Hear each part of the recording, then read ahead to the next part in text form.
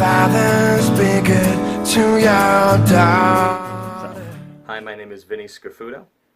All right, and tell me about what it's like to be a father. It is the most rewarding thing that I have ever done. Also the most challenging, for sure. The self goes away, and the family unit becomes the most important thing, if it wasn't already. It's certainly different, and it's certainly very nice at the same time. Okay, do you want to share maybe one of the challenges? How does the self go away in the midst of having a new baby in the house? Well, if you're sitting there at night and you would normally be doing something for yourself, just enjoying some peace and quiet, there certainly isn't much of that. And the bottle brigade is never far behind. It always seems like there's something to be washed in the sink. But as you're doing it, it doesn't become work. It just becomes something that you're doing for your family. Okay. Tell me something about being courageous for your family. What does that look like to be a courageous dad, a courageous father? To be a courageous father, to me, means not being afraid to feel the fear, because being afraid is the only time that somebody can be brave or courageous. So being able to let my son know that being afraid is okay, failure is okay, as long as you work through it and you learn something from it. Okay. And how do you pass that on to your son?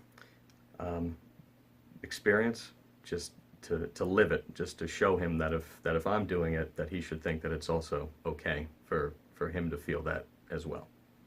Daughters will love like you do. Girls become lovers who turn into mothers. Good morning, I'm Doug Stratton, member of the Hillsdale United Methodist Church. All right. And can you tell me something about what it means to you to be a dad? Oh, it's a wonderful experience. I would say it's a lot easier now with my children all grown up and independent and on their own than it was 30 years ago when they were all teenagers. But it's been a marvelous experience, a growing experience, a maturing experience, and wouldn't change it for anything. How are you brave for your children and your grandchildren? Brave. Well, what comes to mind is one of the best teachers is example, teaching by example. I don't think of myself as particularly courageous in any physical sense, but we all have to make difficult decisions in our lives. And I don't think there's anything wrong in letting your children know you don't have all the answers. That often you rely on your faith. You pray to God for the strength and the wisdom to make the right decision because you believe God wants the best for you. And you share that.